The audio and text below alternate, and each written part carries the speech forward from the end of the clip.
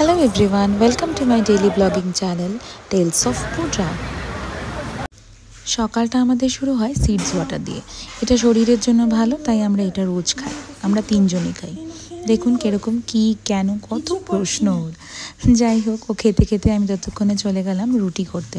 ওর টিফিনে রুটি দিয়ে দেবো, ওই জন্য রুটি করতে গেলাম। ও জেনারেলি রুটির সাথে কোনো তরকারি পছন্দ করে না, সেই জন্য আমি রুটির মধ্যে একটু আলুর পুর ভরে ওটাকে একটা মানে স্টাফি রুটি টাইপের করে ওকে ওর ব্যাগের সাথে গুছিয়ে দিয়ে দিই।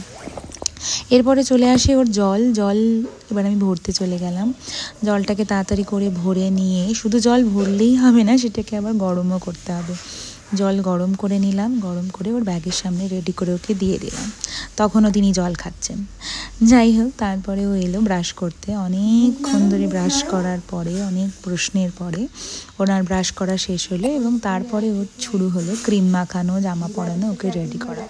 এই টাইমটাতে আমি ওর সাথে একটু গল্প করি, ওর বন্ধুদের কথা জিজ্ঞেস করি, স্কুলের কথা জিজ্ঞেস করি, কি হচ্ছে স্কুলে, বন্ধুরা কি বলছে, কি ও করে সারাদিন স্কুলে।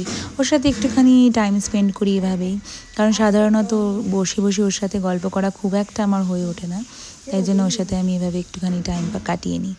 তো যাই হোক, আজকে একটু তাড়াহুড়োই ছিল, তা আমি ওকে একটু জ্যাকেটটাও পরিয়ে দিলাম, কারণ আজকে বেশ ঠান্ডা পড়েছে আর ওর শরীরটাও খুব একটা ভালো নেই। তাই জ্যাকেট পরিয়ে নেওয়ার পরে ওর সাথে খেতে বসে গেল। ওকে আমি জেনারেলি একটু ভাত খাইয়েই পাঠাই, কারণ ওর নালে খিদে পেয়ে যায় আর ওর পেট ব্যথা করে, তাই অল্প করে একটু ভাত খাইয়ে দিই। ভাত টাত খেয়ে রেডি হয়ে এবার উনি চললেন স্কুলে। খুব হাসি হচ্ছে। স্কুলে গিয়ে এই যে উনি গাড়ি করে স্কুলে যায়। স্কুল খুবই পাশে, তবু গাড়ি করেই নিয়ে যেতে ওকে হয়, কারণ হেঁটে হেঁটে যাওয়াটা খুব একটা পসিবল নয়। তো এই যে বোনের হাত ধরে উনি স্কুলে চললেন, এইটুকুনি।